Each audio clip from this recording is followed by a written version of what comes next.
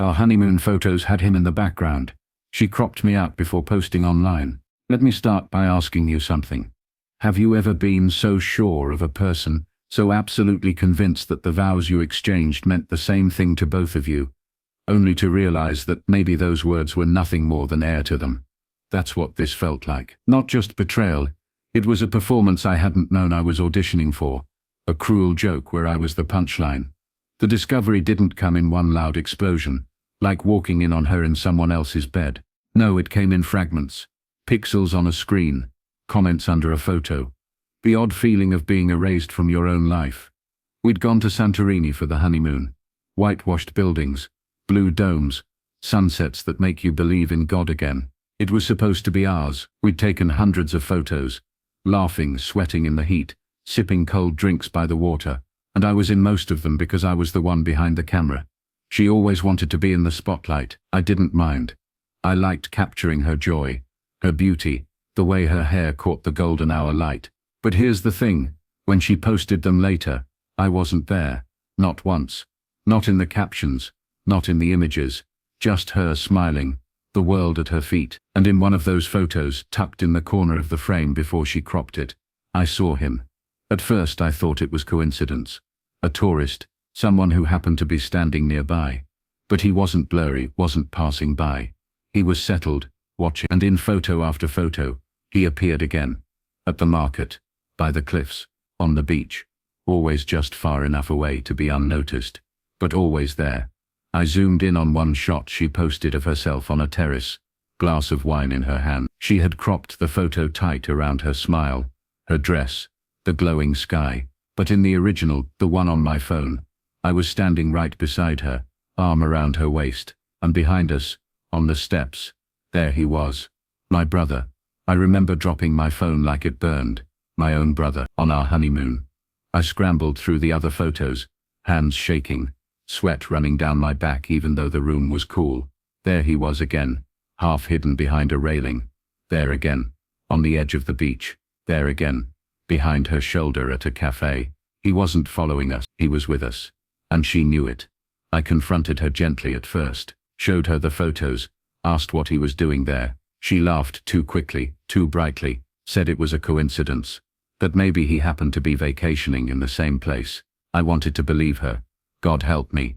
I wanted to, because what was the alternative? That my wife of 2 weeks had invited Bazarada on our honeymoon. But the cropping, the deliberate cutting of me out of the pictures before she posted them, that wasn't coincidence. That was intention. I didn't press her that night. She kissed me, whispered that I was imagining things, that I was jealous. Jealous of what? Of a shadow in the background. But I swallowed it, tucked it away, because some truths you can't force into the light too quickly. They need to stew. When we got back home, the comments started rolling in. You look stunning. That place is magical. Wish I had your life. And then one that made my blood run cold. Love the guy in the background. He looks familiar. She deleted it within minutes. But not before I saw it. That was the moment I knew I wasn't crazy. The days that followed were a haze of suspicion. I'd catch her smiling at her phone, typing quickly, before locking the screen. I'd hear her voice soft in the kitchen, only for it to stop the second I walked in. My brother started avoiding me, dodging calls, making excuses. When we did meet, he wouldn't look me in the eye. I started piecing things together, building a case in my head.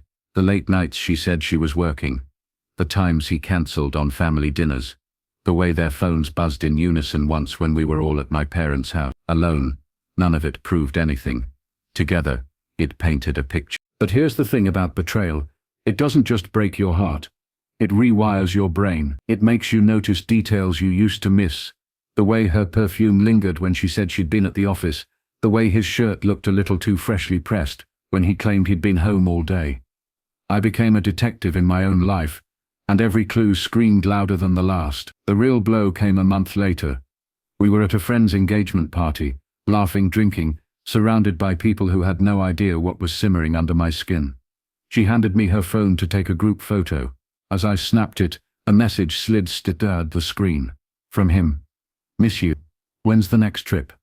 I nearly dropped the phone. She snatched it back before I could read more, her face flushed. Work, she muttered, slipping it into her purse. I didn't call her out. Not there. Not yet. That night, I lay awake beside her, listening to her breathe, wondering how I could share a bed with someone whose heart was already gone. Wondering how long this had been going on, whether our marriage had been doomed from the start, whether my brother had been there even before the vows. And here's the hook that kept me awake. Was I erased from those photos because she was ashamed of me, or because in her mind I was already gone? That's when I made my decision. I wasn't going to confront them in private. I wasn't going to give them the dignity of whispering excuses and half-truths in the dark. No, if they had humiliated me in silence, cropping me out of my own honeymoon, then I was going to drag the truth into the light. But exposure isn't just blurting it out. Exposure is theater. Timing. It's choosing the moment when everyone is watching, when the mask can't be put back on. And as I started planning, as I began pulling the threads that would unravel them, I realized something both terrifying and liberating. I wasn't the victim in this story anymore. I was the author. I didn't sleep the night after that message flashed across her phone. I lay there in the dark, staring at the ceiling, listening to her breathe steadily beside me. Every inhale, every exhale felt like a countdown. How many more nights would I lie here next to someone who had already chosen another bed? How many more mornings would I drink coffee across from a woman who had already cropped me out of her life? I felt like a ghost in my own home, haunting a life that no longer belonged to me. But ghosts, I realized, have an advantage. They see what the living can't. They slip between cracks, notice things that others overlook. That was me now. I wasn't her husband anymore. I wasn't my brother's brother. I was something else, an observer, a collector, a man waiting for the right moment to turn invisibility into power. The first step was proof. I couldn't confront them with suspicion alone. They'd twist it, gaslight me, turn it back on me as paranoia. I knew her well enough to know she'd lean on her charm, her practiced innocence, maybe even cry to shift the blame. My brother, he'd try to laugh it off, maybe put an arm around me and say, "You're overthinking it, man." No, I needed evidence so undeniable it would choke them. So I started watching patterns, where she said she was going, what times my brother disappeared, the excuses they gave to the family. I kept a notebook, small enough to slip in my jacket pocket. Dates, times, lies. At first it felt obsessive, then it felt liberating. Because once you start writing it down, you realize just how thick the web is, and theirs was a web they couldn't untangle. One evening she said she was meeting friends for a girls' night. I kissed her on the cheek, told her to have fun. The second she left, I got in my car and drove to the street I knew too well. My brother's. I parked a few houses down. It was raining again. Heavy, smearing the streetlights into blurry halos. But even through the downpour, I saw it. Her car, pulling up. She didn't even hesitate. Didn't glance around like someone hiding shame. She strode right up to his door. He opened it, and she vanished inside. I sat there for 2 hours. Engine off, rain hammering the roof, watching the light in his living room flicker on and off. I imagined them in there, laughing, touching, building the life they'd erased me from. And when she finally left, hair a little messy, cheeks flushed, I didn't cry. I didn't pound the steering wheel. I wrote it down in the notebook. One more nail in the coffin.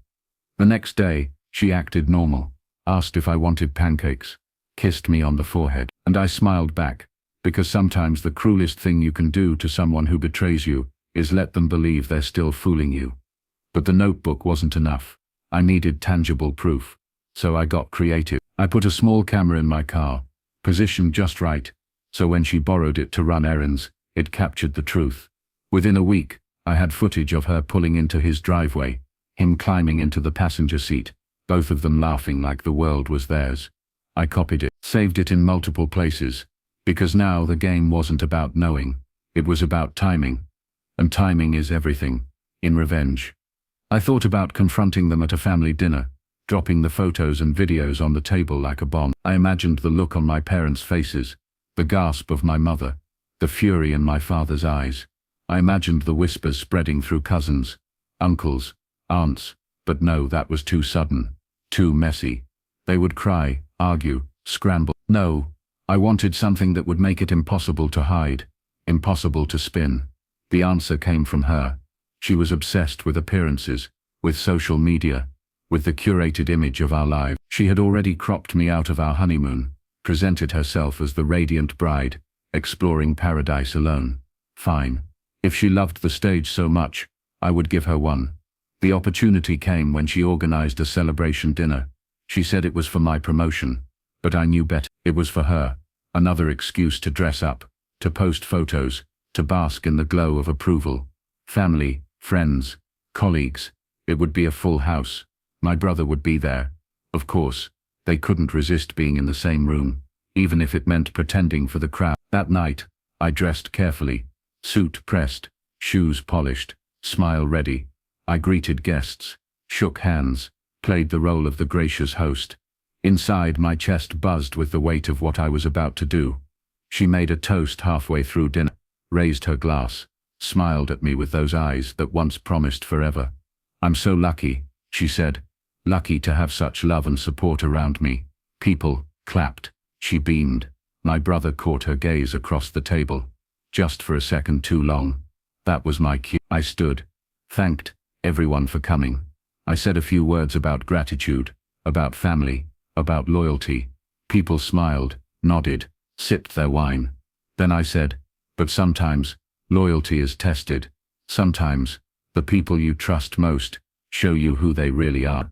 And when they do, it's only fair to share the truth." I pulled out my phone, synced it to the screen behind me. The first photo appeared, her, on our honeymoon terrace, cropped for the world. Then the original me beside her, and behind us, my brother. Gasps rippled through the room. I let the silence sit before clicking again. Video now. Her car, pulling into his driveway, him getting in, both of them laughing. Touch. The room exploded. Whispers, shouts, chairs, scraping back. My parents froze, my mother's hand over her mouth, my father's jaw clenched tight. She stood, face pale, stammering something about lies, about misunderstandings. My brother tried to speak, but the noise drowned him. I didn't shout, I didn't rage. I just said, calmly, "She cropped me out of our honeymoon, but she couldn't crop me out of the truth." And then I walked out, left them standing there, exposed, their perfect masks shattered under the weight of their own choices. The aftermath was chaos. My phone blew up for days. Calls from family, messages from friends, colleagues who didn't know what to say. My brother moved out of state within a month, tail between his legs. She tried to contact me, begged to explain, said she'd made a mistake. I ignored every word, because by then, I realized something. Revenge isn't about getting them back. It isn't about screaming or demanding apologies. It's about taking back control, about making sure they can't erase you quietly. She tried to crop me out of the story, but in the end I was the one who wrote the ending. And the best part? I didn't just walk away. I walked away with my head high, while they drowned in the silence of the room I left behind. Even now people ask me if I regret it, if I wish I'd kept it private. And I tell them this: when someone erases you from your own honeymoon, when your own brother thinks he can steal your life, the only real answer is to make sure the world sees the picture unedited. Because sometimes the cruelest revenge isn't vengeance at all, it's exposure. And I exposed them until there was nothing left to hide.